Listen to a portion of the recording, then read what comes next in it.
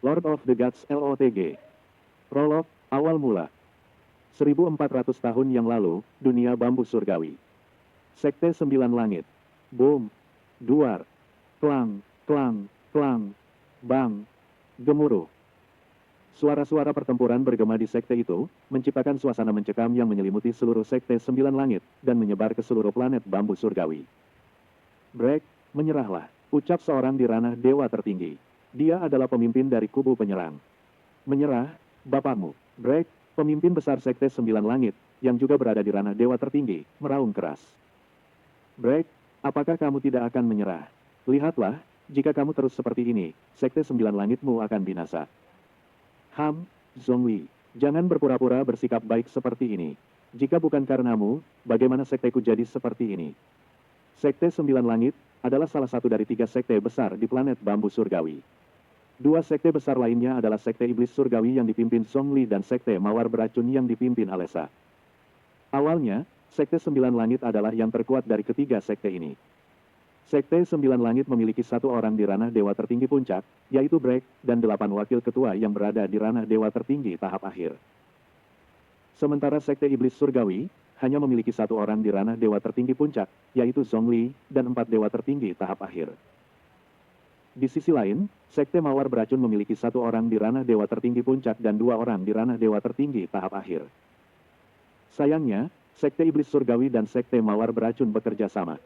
Dan bahkan kedua sekte itu memperdaya sekte-sekte lainnya yang lebih kecil, dengan dalih bahwa sekte Sembilan Langit mendapatkan harta karun tingkat kaisar dewa yang kuat di lembah kaisar. Menyebabkan hampir 80% kekuatan di planet bambu surgawi bergabung untuk menyerang sekte Sembilan Langit. Mereka bertekad menghancurkan sekte Sembilan Langit, atau setidaknya, mereka harus merebut harta itu. Tidak boleh membiarkan sekte Sembilan Langit menguasainya.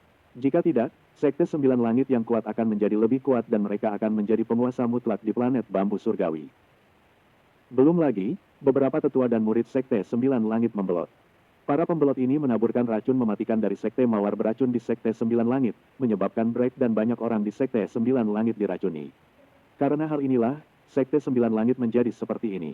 Kacau balau dan diambang kehancuran. Break, serahkan artefak kaisar.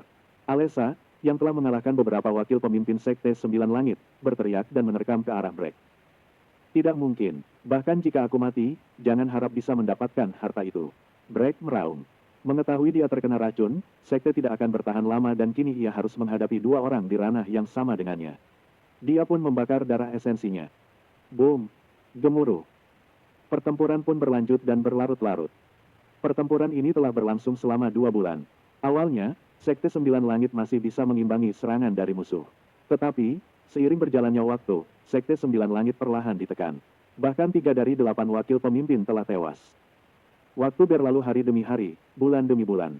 Hingga akhirnya, pada bulan kelima, Break dan semua orang yang tersisa di sekte Sembilan Langit mengetahui bahwa mereka tidak akan bisa menang. Zhongli, Alessa, bahkan jika aku mati, aku juga akan menyeret kalian.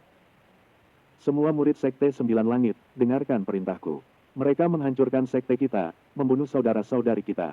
Karena itu, kita harus membalas dendam kepada mereka, bahkan jika kita harus mengorbankan nyawa. Murid-murid sekte Sembilan Langit, ledakan diri kalian dan bunuh para bajingan di depan kita. Ya, pemimpin sekte. Sekte Sembilan Langit, tetap abadi selamanya.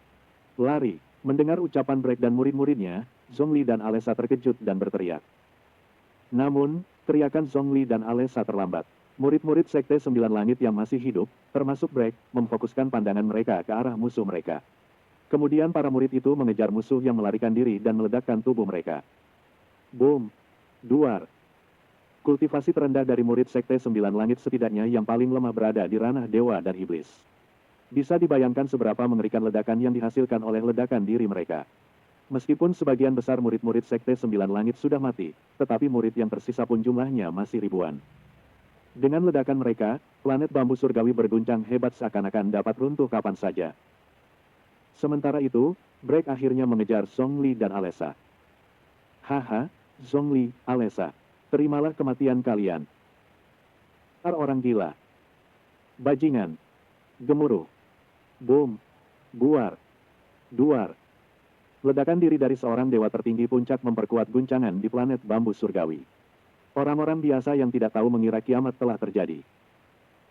Retakan ruang waktu, akibat dari ledakan diri Break dan ribuan murid Sekte Sembilan Langit, terlihat jelas di mana-mana. Gunung-gunung di planet itu berhamburan.